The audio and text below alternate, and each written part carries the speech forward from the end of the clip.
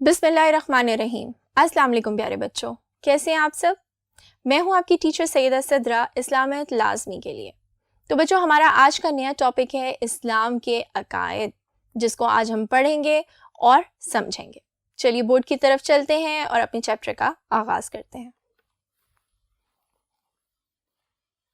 ہاں جی، تو بچوں ہمارا آج کا چیپٹر ہے اسلام کے عقائد۔ آپ جلدی سے اپنی ٹیکسٹ بک کھول لیں اور لیڈ پینسلز ہاتھ میں لے لیں۔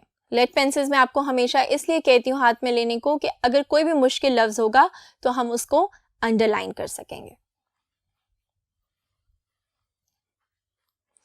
ہاں جی، تو بچوں اپنا ٹاپک سٹارٹ کرتے ہیں جو کہ ہے اسلام کے عقائد۔ عقائد کا لفظ عقد سے بنا ہے، جس کے معنی گرہ لگانا کے ہیں، یعنی کسی مضبوط چیز کو مستحکم کرنا، مضبوط کرنا۔ عقائد سے مراد یہ ہے کہ کسی بات کو سچے دل و دماغ سے ماننا، اس پر یقین کرنا اور زبان سے اس کا اظہار کرنا۔ عقائد کے لیے ایمان کا لفظ بھی استعمال ہوتا ہے۔ اسلام کے بنیادی عقائد 5 ہیں، جن کو اسلامی عقائد اور اجزائے ایمان بھی کہتے ہیں، اور ان عقائد کو ماننا اور ان پر یقین رکھنا بہت ضروری ہے، کیونکہ ان میں سے کسی ایک سے انکار یا اس میں شک انسان کو دائرہ اسلام سے خارج کر دیتا ہے اور وہ انسان مسلمان نہیں کہلاتا۔ تو یعنی کہ اسلام کے عقائد ہیں جی 5، ہم پڑھیں گے کہ وہ کون کون سے ہیں، لیکن اگر ہم اپنے آپ کو مسلمان کہتے ہیں اور سمجھتے ہیں تو ان 5 عقائد پر عمل کرنا بہت ضروری ہے، کیونکہ اگر ہم ان میں سے کسی ایک پر بھی ایمان نہیں لائیں گے، کسی ایک پر بھی یقین نہیں رکھیں گے، تو ہم دائرہ اسلام سے خارج کر دیے جائیں گے۔ جیسا کہ اللہ تعالیٰ فرماتا ہے کہ اور نیکی یہ ہے کہ آدمی اللہ تعالیٰ پر، قیامت کے دن پر، فرشتوں پر، کتابوں پر اور نبیوں پر ایمان لائے۔ ان کی تفصیل نیچے ہے۔ وہ ہے جی کہ اللہ تعالیٰ پر ایمان، جو ہے سب سے پہلا عقد۔ وہ ہے اللہ تعالیٰ پر ایمان کا مطلب یہ ہے کہ اللہ تعالیٰ ایک ہے، جو ہم سب کو پتہ ہے، صرف اس کی عبادت کی جائے اور کسی کو اس کا شریک نہ ٹھہرایا جائے۔ بے شک، اور اس بات پر پختہ یقین کیا جائے کہ اللہ تعالیٰ نے ہی دنیا کی ہر چیز کو پیدا کیا ہے۔ یہ اونچے اونچے پہاڑ، سورج، چاند اور ستارے سب اسی نے پیدا کیے ہیں۔ وہ ہر جگہ اور ہر وقت موجود ہے۔ وہی زندگی اور موت کا مالک ہے۔ وہی ہے جو ساری کائنات کو رزق عطا کرتا ہے۔ سارے جہاں کا نظام اسی کے ہاتھ میں ہے۔ اس کا کوئی مددگار اور شریک نہیں ہے۔ وہ تمام خوبیوں کا مالک ہے۔ وہ ہر طرح کے عیب سے پاک ہے۔ وہ ہمیشہ سے ہے اور ہمیشہ رہے گا۔ ایک دن یہ دنیا ختم ہو جائے گی، لیکن اسی کی واحد ذات ہے جو باقی رہے گی۔ تو بچوں، اللہ تعالیٰ پر ایمان کیا ہوا؟ اللہ تعالیٰ پر ایمان ہوا کہ ہم اس کی وحدانیت پر یقین رکھیں، ہم یہ مانیں کہ وہ ایک ہی ذات ہے جس نے ساری کائنات بنائی ہے، جس نے انسان بنایا ہے، جس نے چرند پرند بنایا ہے، پھول پودے پہاڑ سب اسی کی تخلیق کرتا ہے، اور وہی ہے جو ہمیشہ سے ہے اور ہمیشہ رہے گا۔ قیامت کے دن سب ختم ہو جائے گا، لیکن وہ اسی کی ذات ہے جو باقی رہے گی۔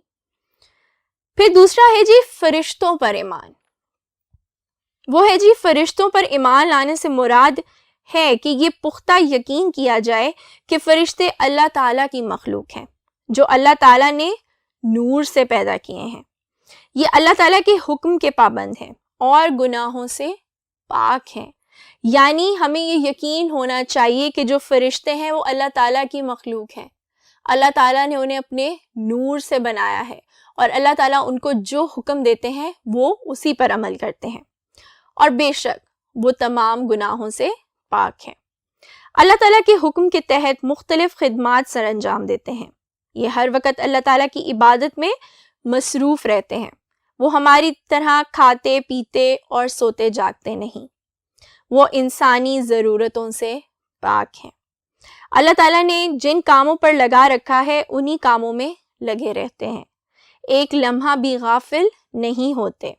اللہ تعالیٰ نے بے شمار فرشتے پیدا کیے جن کے کچھ کے نام اور جن کی ذمہ داریاں مندرجہ ذیل ہیں according to your textbook, جو کہ ہیں حضرت جبرائیل علیہ السلام۔ یہ تمام فرشتوں کے ہیں جی سردار، جو حضرت آدم علیہ السلام سے لے کر ہمارے پیارے نبی حضرت محمد صلی اللہ علیہ وآلہ وسلم تک تمام نبیوں اور رسولوں تک اللہ تعالیٰ کا پیغام لے کر آتے تھے۔ حضرت میکائیل علیہ السلام یہ اللہ تعالیٰ کے حکم سے بارش برساتے ہیں اور لوگوں کو روزی فراہم کرنے کا کام کرتے ہیں۔ پھر ہے جی حضرت اسرائیل علیہ السلام، یہ موت کے فرشتے ہیں۔ جب کسی کی موت کا وقت آ جاتا ہے تو یہ اللہ تعالیٰ کے حکم سے اس کی جان نکال لیتے ہیں، یعنی اس کی روح قبض کر لیتے ہیں۔ حضرت اسرافیل علیہ السلام یہ اللہ تعالیٰ کے حکم کا انتظار کر رہے ہیں، جو ہی اللہ تعالیٰ حکم دے گا یہ ایک ایسی آواز نکالیں گے جس سے دنیا کی تمام مخلوقات مر جائیں گی، تمام چیزیں ختم ہو جائیں گی اور قیامت آ جائے گی، اور اس آواز کو سور کہتے ہیں۔ سور پھونکنا حضرت اسرافیل علیہ السلام کے ذمہ ہے۔ تو بچوں یہ تھا فرشتوں پر ایمان۔ اب دیکھتے ہیں ہم رسولوں پر ایمان۔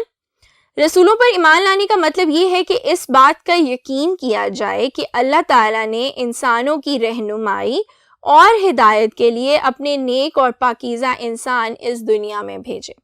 یہ نیک اور سچے بندے رسول یا نبی کہلاتے ہیں۔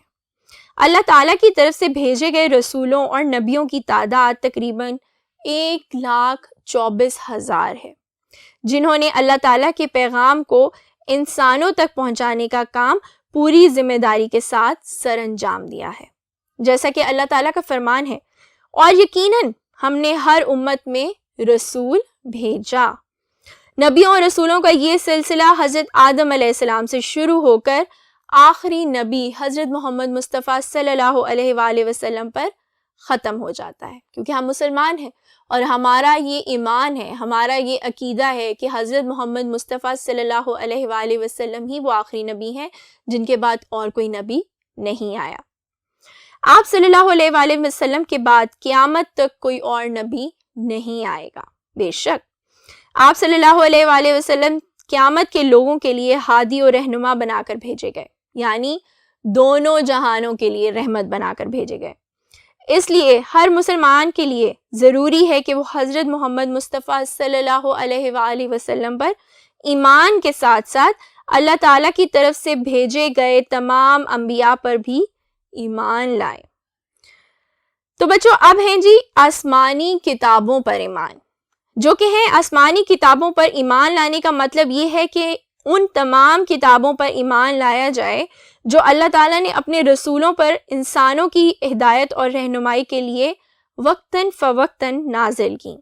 جیسا کہ اللہ تعالیٰ فرماتا ہے کہ اے ایمان والو، اللہ پر، اس کے رسولوں پر اور جو کتاب اس نے اپنے پیغمبر پر نازل کی ہے اور جو کتابیں اس سے پہلے نازل کی گئی تھیں ان سب پر ایمان لاؤ۔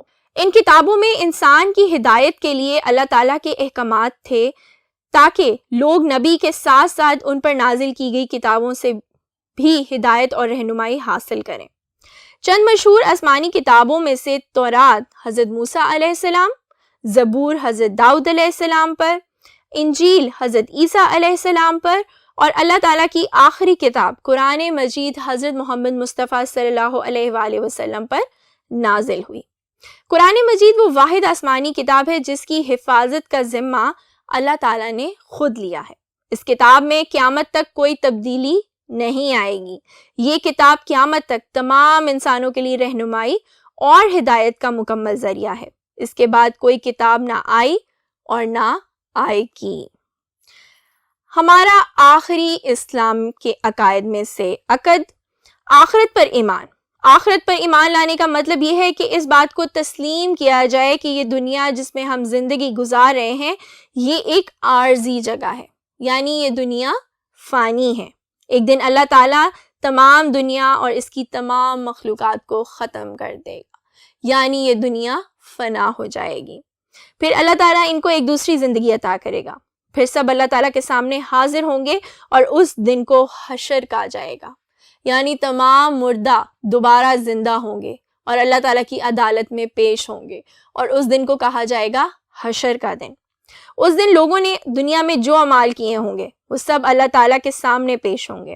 جن کے اعمال نیک اور اچھے ہوں گے ان کو انعام کی صورت میں جنت عطا کی جائے گی، جہاں وہ آرام و آسائش کی زندگی بسر کریں گے، اور جن لوگوں کے اعمال برے ہوں گے ان کو سزا کے طور پر جہنم میں بھیج دیا جائے گا، جو کہ بہت ہی برا ٹھکانہ ہے۔